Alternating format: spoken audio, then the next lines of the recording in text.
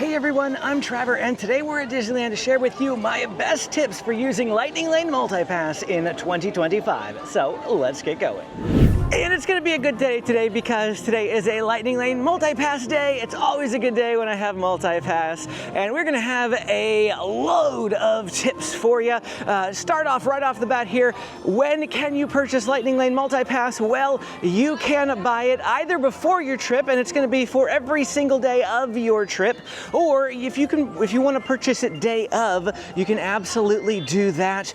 You have to wait until you get into the park, and you have to scan into the park. Your ticket has to be active for the day, and then you can purchase Lightning Lane Multipass. So those are the only two ways that you can buy it: ahead of time for your entire trip, or day by day once you get here. What should be your first Lightning Lane selection of the day? There are two choices at Disneyland, and one is going to be Space Mountain, the other is going to be Indiana Jones Adventure.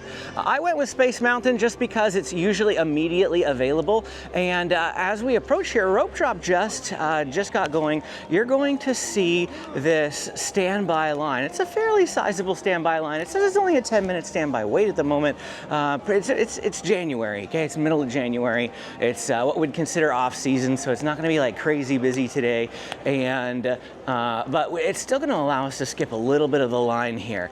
There's not a whole lot of rides around the park where you're going to be able to skip a lot of line first thing in the morning, and we'll talk a bit more about that in just a moment. But we are going to come up here to Space Mountain as our first Lightning Lane of the morning. For tip number 3, you can scan in 5 minutes early, and so my time is for 8:10. It is currently 8:05, but that's okay. I can get in early. So I have a magic band, and I can take my magic band and put this right here. I'm gonna get a green light, and that means I'm good to go. And we're gonna head on in. Now, since I just scanned in and I just got the green light, I can already begin to make my next selection. So I'm gonna turn the camera off, and I'm gonna make selection number 2 here for this morning.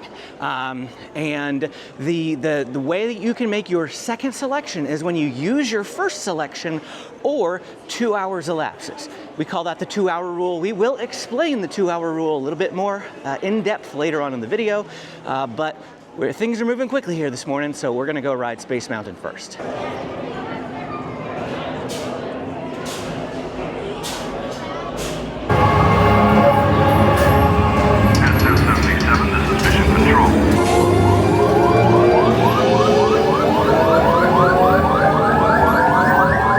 With that done, actually on my way through the line, I grabbed a Lightning Lane for Indiana Jones. It was at 9:25. Indiana Jones is going to be your #1 attraction at Disneyland that is going to run out the quickest. Hands down, that's just the way it's going to be. And it's already over an hour out. I grabbed it. We have to wait an hour, of course. So that gives us an hour or so to share tips with you and talk about other things Lightning Lane. So my next tip for you is answering the question of who needs to purchase Lightning Lane Multipass. Every single person in your party needs Lightning Lane if they intend to use the Lightning Lanes. This is a per person purchase. Additionally, if you have children 2 and under in your party, since they do not need a ticket, they do not need Lightning Lane. And they can still go on the Lightning Lane attractions with no height requirement, like It's a Small World and Haunted Mansion and Pirates of the Caribbean and things like that. They can still go on those attractions with you, even though they do not have a ticket and they do not have Lightning Lane themselves. That's just the way that that is going to work for you. Once a child becomes 3 years old, they will have a ticket here at Disneyland and then will need Lightning Lane as well. My next tip for you is to avoid using Lightning Lane first thing in the morning, and here's why. So we're coming to Autopia, and this is a Lightning Lane attraction. I want to show you exactly why you should not use your Lightning Lane this early in the morning, okay? The Lightning Lane scan point is all the way over there, okay? It's all the way over there. And do you see where the line is this early in the morning? This attraction is a walk-on, which means your Lightning Lane skips nothing, okay? It skips nothing. I'm just gonna walk right up. There's no point in having used my Lightning Lane it would have been a waste. For our next tip, I want to talk about how to use Lightning Lane Multipass. You are, of course, going to use the Disneyland app. That is where you're going to purchase Lightning Lane Multipass. It's also where you're going to make your Lightning Lane selections. You're going to go into the Today's Plans section of the app, and you are going to choose the tip board. And from the tip board, you can see all of the attractions in the park. There's a little toggle to select only Lightning Lane attractions to get rid of the standbys and get rid of shows and things like that.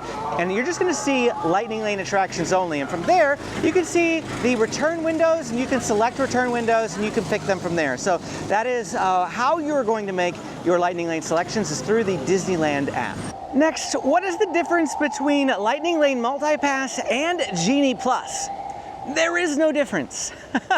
It's just a change in the name only here at Disneyland. Now, at Walt Disney World, when they switched to Lightning Lane Multipass, there were a ton of different little rule changes, and I don't even know all of them because I haven't been out there yet since the change. However, here at Disneyland, Genie Plus and Lightning Lane Multipass are the same. So if you have been, at least in the last couple of years, and have used Genie Plus, using Lightning Lane Multipass isn't any different at all. It's the same exact function that it was as Genie Plus. There's nothing different. It is important to note that you may only use each Lightning Lane once in a day. So what do I mean by that? If you ride Big Thunder Mountain Railroad on Lightning Lane Multipass, you may not ride it on a Lightning Lane again the rest of the day. You may ride each Lightning Lane attraction once per day.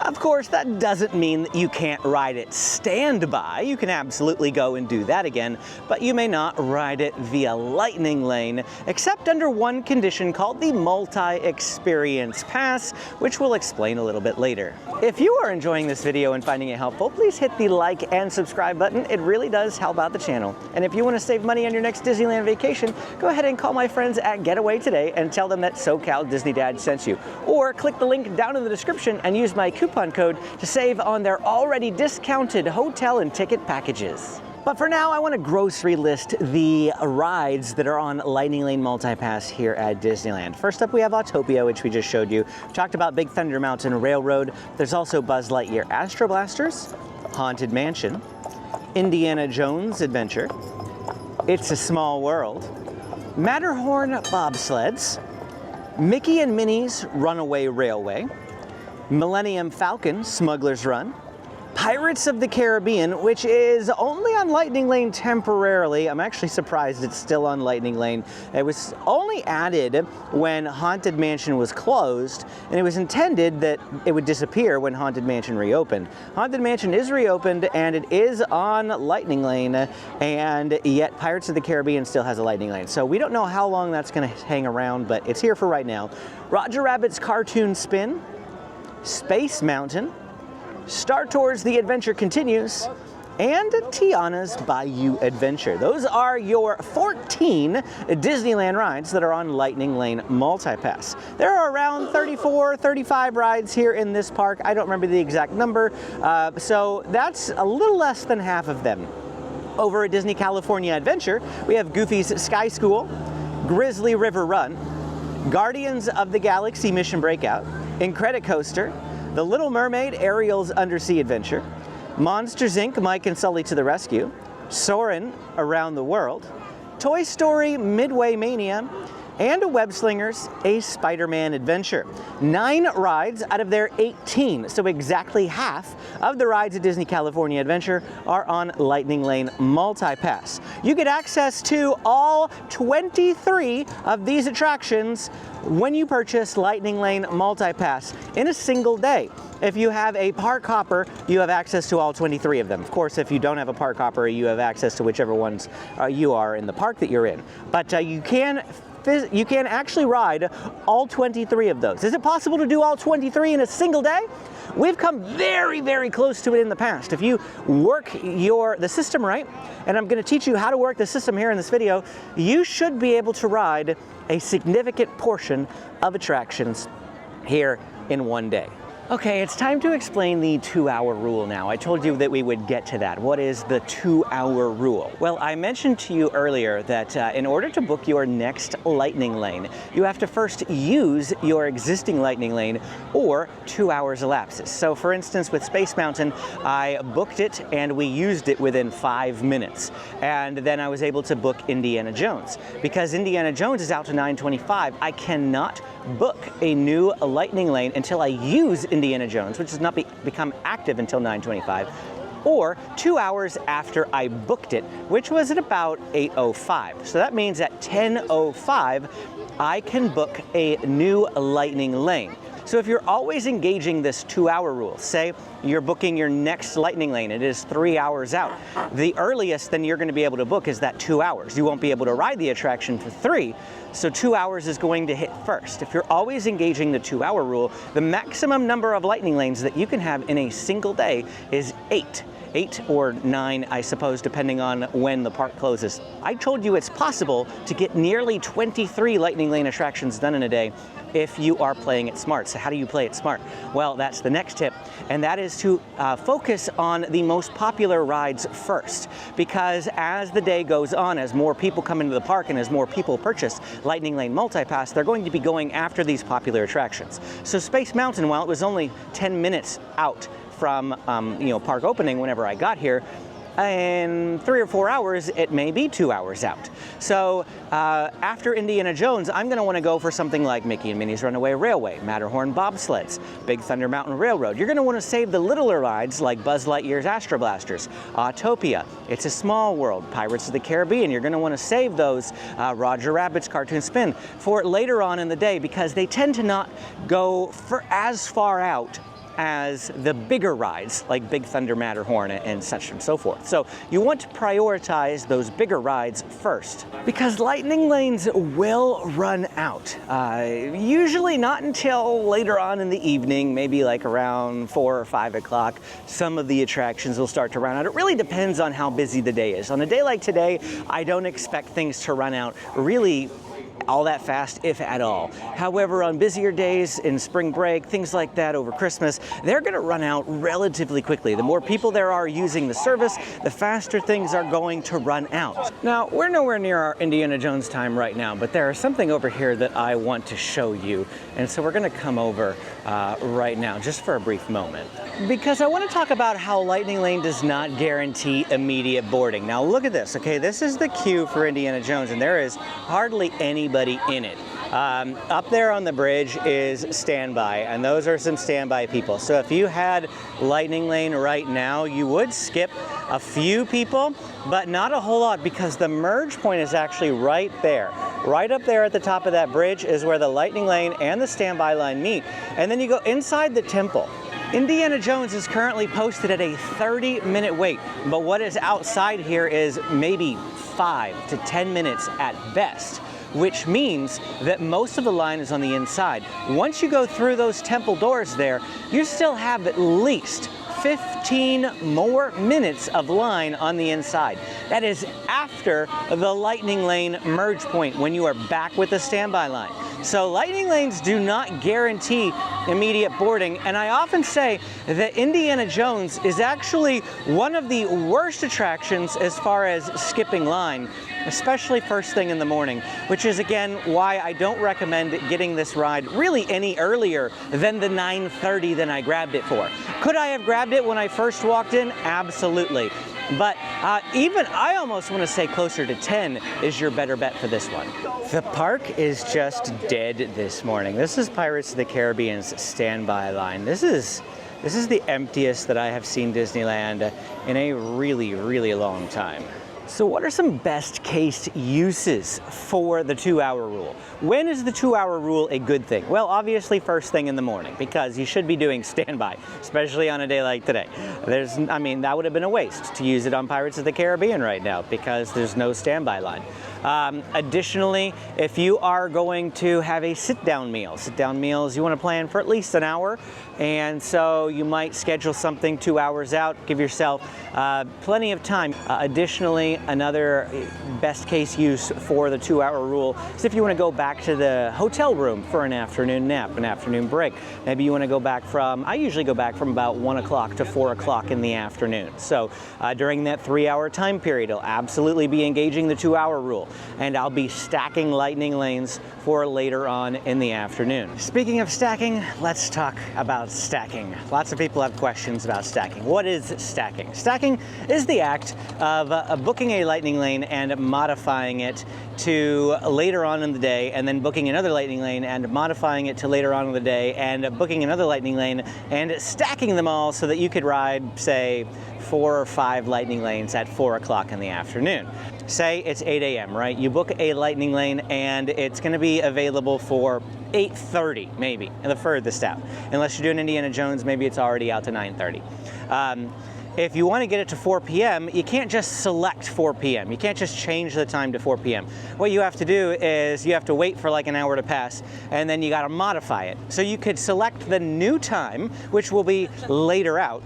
And this, whenever you modify a lightning lane, it does not affect the 2-hour rule. So if you booked your first one at 8 a.m. and you're modifying it at 9, it does not reset the 2-hour rule to 9 o'clock. The 2-hour rule is still 8. That means you can still book your next lightning lane at 10, but you've modified that first lightning lane maybe out to 10 o'clock.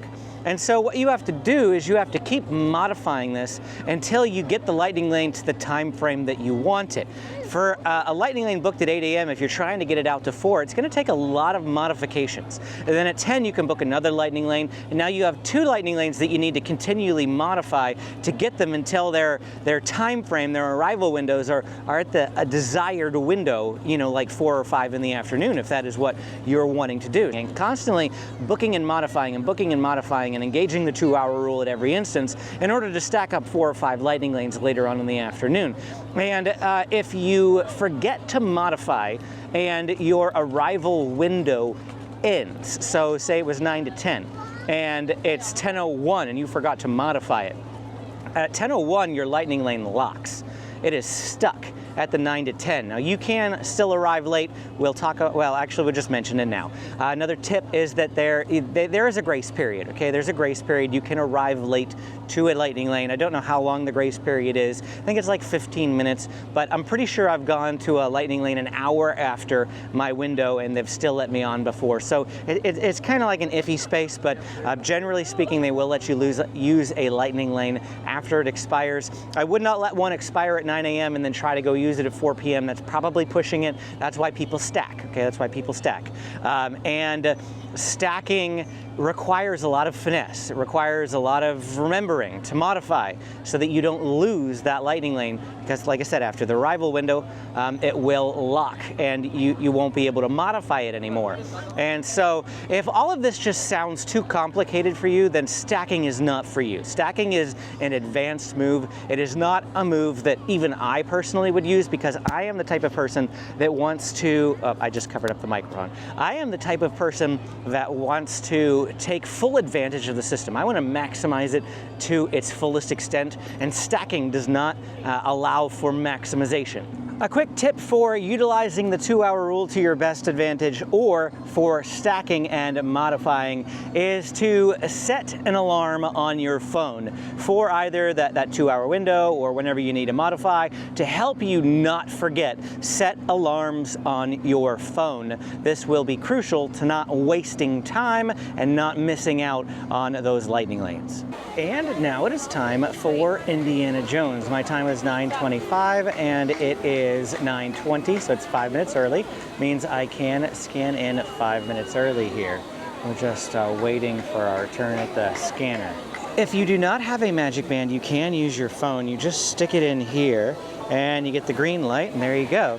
If you are using your ticket, you must scan every single person's ticket one at a time. So you have to stick it in, scan it, swipe, stick it in, scan it, swipe, stick it in, scan it, swipe, that sort of so on and so forth. If you're using a magic band, every person needs their own magic band.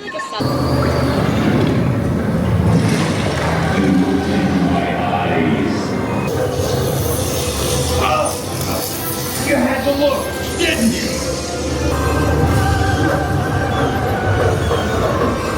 Snakes. You guys are on your own. It is 9:40 and this is a look at the line. Did I skip some line? Yes. Yes, I skipped a little bit. But did I skip enough of a line? Probably not. Which of course then begs the question, is Lightning Lane multi-pass necessary? On a day like today, probably not. My family and I come up here all the time and we never purchase Lightning Lane. And we have a good time each and every time that we come.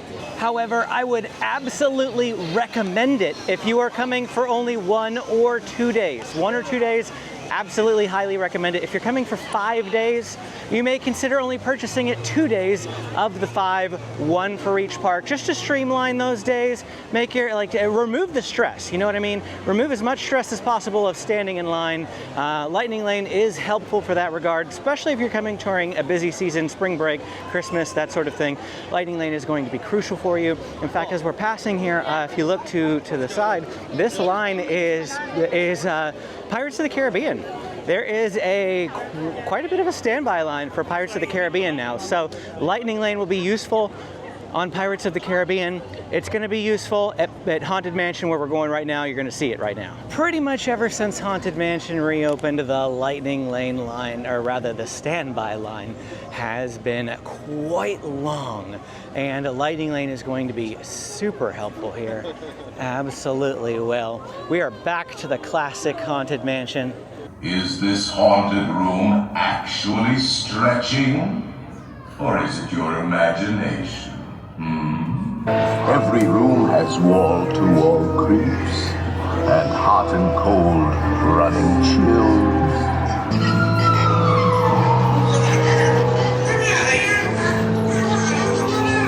Serpents and spiders, tail of a rat, call in the spirits wherever they're at.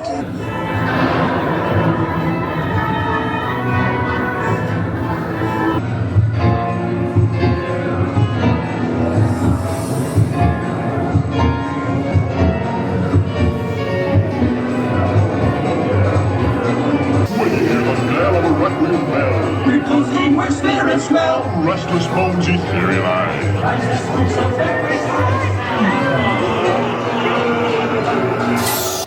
One more Lightning Lane multi-pass tip for you. Real quick before I have to go film a different video, and that is going to be to bring a phone charger. As much as you are on your phone, you are going to need a phone charger because the app will drain your battery. I will have plenty more tips for you, and no time is going to pass for you, but I'm just letting you know that it's going to be a couple of hours before I connect back up with you. And I am back with the Lightning Lane tips video. Again, no time passed for you guys, but I did want to let you know that we're about to head over to Disney California Adventure. And one of the tips that I have for you is that you can book rides in the other park while you are still over here. In fact, some questions that people have are, can you book rides when you are at your hotel room? Can you book rides outside of the park? Yes, you absolutely can, provided that you have come into the park already, scanned your ticket, activated your ticket, purchased Lightning Lane for the day. You can immediately leave. You could go get some breakfast at a restaurant. You can go back to your hotel room. You could go to your hotel room in the middle of the afternoon and you can book Lightning Lanes from the comfort of your room. You can book Lightning Lanes for the other park here at Disneyland. And so in order to do that, all you have to do is go into the Disneyland app, go to the tip board, just like you would for booking any other thing. And then at the top, there's a park selection. You can just hit change park, change it from Disneyland to Disney California Adventure. Now you have access to all of the rides over at DCA as well. Just make sure that it is after 11 o'clock if you are starting at Disneyland, or if you're starting at DCA, make sure that it is after 11 o'clock for booking a ride over here at Disneyland, because that's when hopping time is. But yes, you can book parks, or you can book rides in the other park. Now, what happens if you get a time that you don't like? Like I booked Soarin' Around the World for 2:15 and it is currently 11:45 and I don't really like that time. That's a really long way away. You can go into the one that you booked. So book one, grab one, all right? Grab one, and then you can go into the reservation that you booked and you can hit modify. And from there, you can pull down on the screen, which refreshes the screen, and you can just keep doing this, and eventually a better time may appear. It's not guaranteed, and I would not do this while you're walking around the park. Enjoy the scenery, enjoy Disneyland. Don't take away from things, your enjoyment of being here. But I frequently do this while I'm standing in line. I got nothing else to do, right?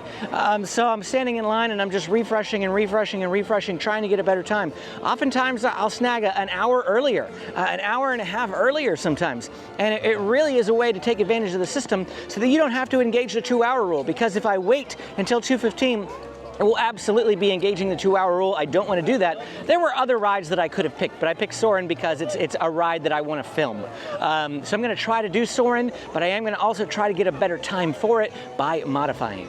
I've come over here to Radiator Springs Racers for some more Lightning Lane tips for you. Now we're going to talk about what Lightning Lane Single Pass is. So I know we've been talking about Lightning Lane Multi-Pass, but what is Lightning Lane Single Pass? Lightning Lane Multi-Pass is good for the 14 rides that I listed earlier at Disneyland and the 9 rides that I listed over here at Disney California Adventure. But Lightning Lane Single Pass is a separate a la carte purchase for 2 rides, one in each park. At Disneyland, it is Rise of the Resistance, and over here at Disney California Adventure, it is Radiator Springs Racers behind me. Now, these rides are Lightning Lane attractions, but they are not on Lightning Lane Multi-Pass, meaning that in order to ride them via Lightning Lane, you actually have to purchase the a la carte Lightning Lane Single Pass. And the price varies for these, but they're around 20 bucks a person or so. The price changes based on the day. The price changes for Multi-Pass based on the day too. That's just kind of how that works, but you do not have to purchase Multi-Pass in order to purchase Lightning Lane Single Pass. So these are separate a la carte purchases. If you want to ride Radiator Springs Racers on Lightning Lane, you have to buy Single Pass. You don't need Multi-Pass, but you can also buy it with Multi-Pass, but it's not the same purchase. I don't know, is that kind of confusing? If you buy Multi-Pass, you also have to buy Single Pass. It's not like Multi-Pass covers Single Pass. It's not how it works. They're 2 separate services. Multi-Pass is for a whole bunch of rides, and Single Pass is for just 1 ride. And that's kind of how that works. If you are familiar with booking Single Pass at Walt Disney World, here at Disneyland you cannot schedule your times. So at Disney World, if I wanted to book Tron at Magic Kingdom at 8 a.m. when I first got to the park, I could. And then I could schedule it for 9 o'clock at night because I want to ride it in the dark because it's cooler at night. But here at Disneyland, that is not the case. You just take the next available time. That's all you get for Lightning Lane Single Pass. So you can't choose your Single Pass windows. And I mean, that's Single Pass in a nutshell. It's a separate a la carte purchase, and it's for this ride right here. And yeah, you got additional questions about it, ask me below.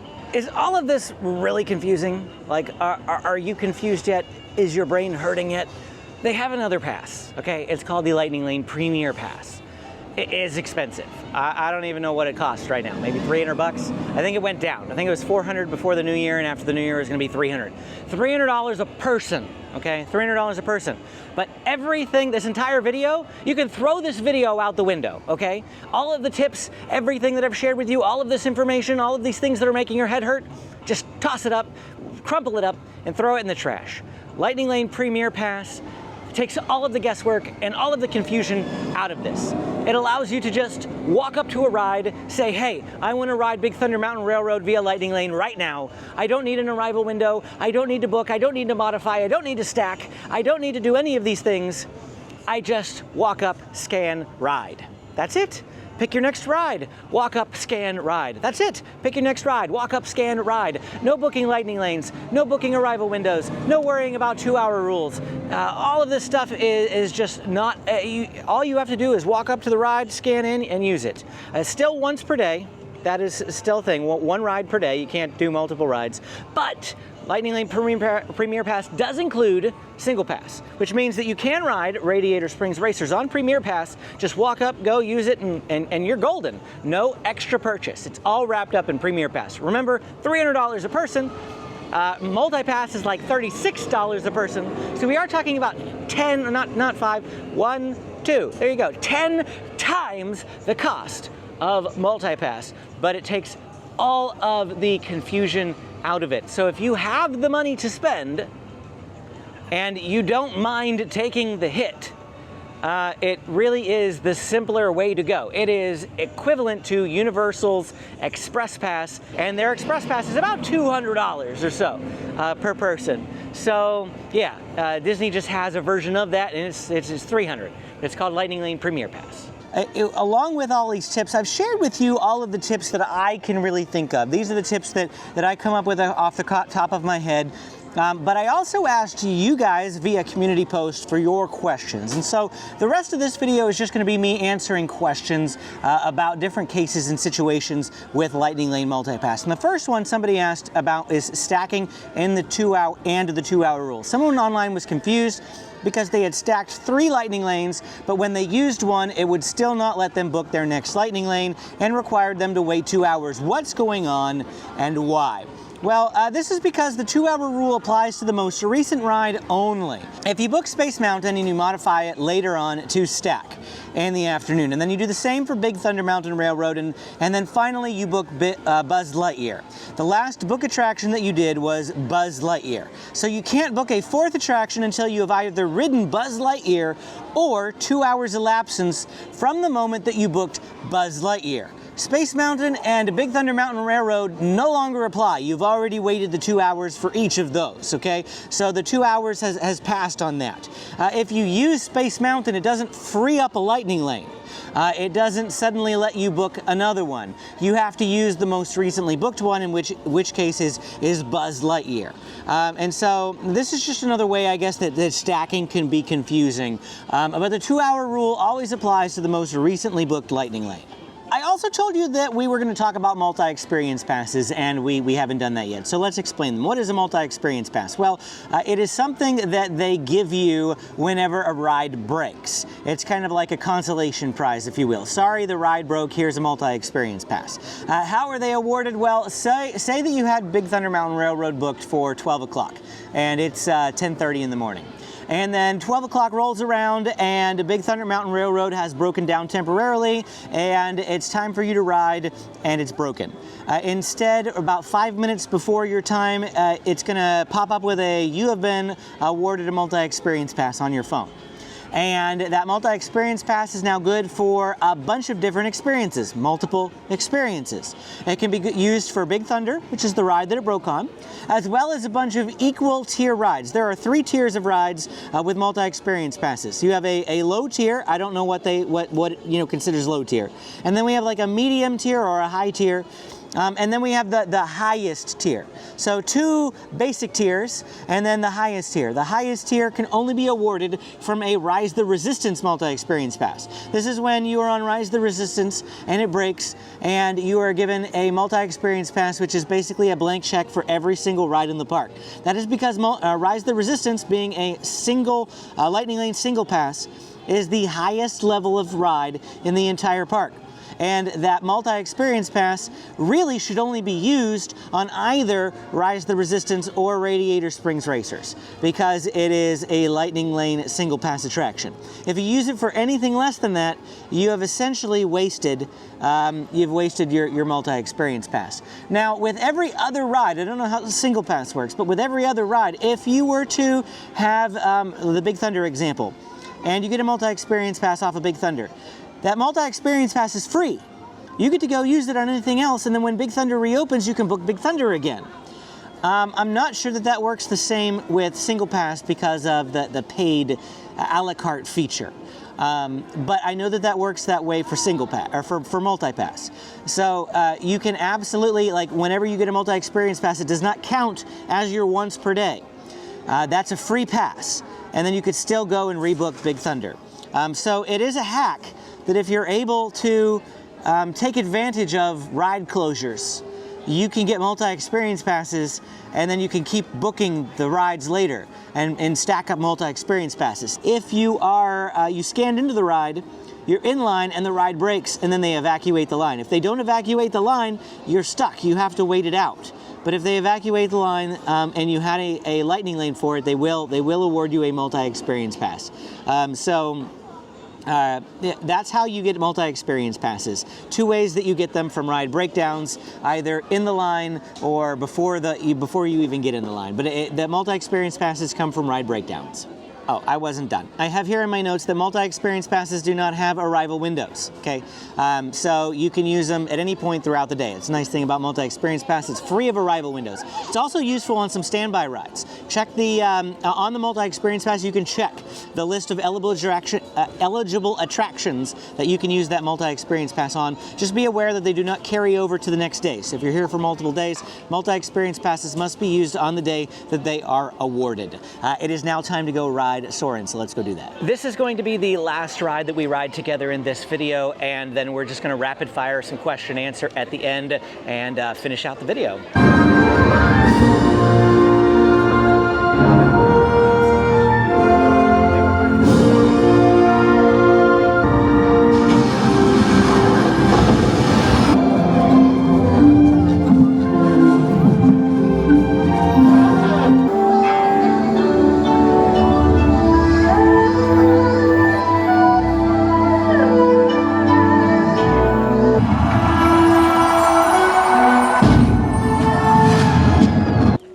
For some more rapid fire tips. I actually was looking through my notes and I saw a regular tip that I forgot to mention to you earlier, and that is that PhotoPass is included in Lightning Lane Multipass. So if you are interested in PhotoPass photos for the rides and even, you know, in front of like the castle and that sort of thing, purchasing a Lightning Lane Multipass also gives you free PhotoPass, so you don't have to purchase PhotoPass in addition. So it is a perk of purchasing Lightning Lane Multi-Pass.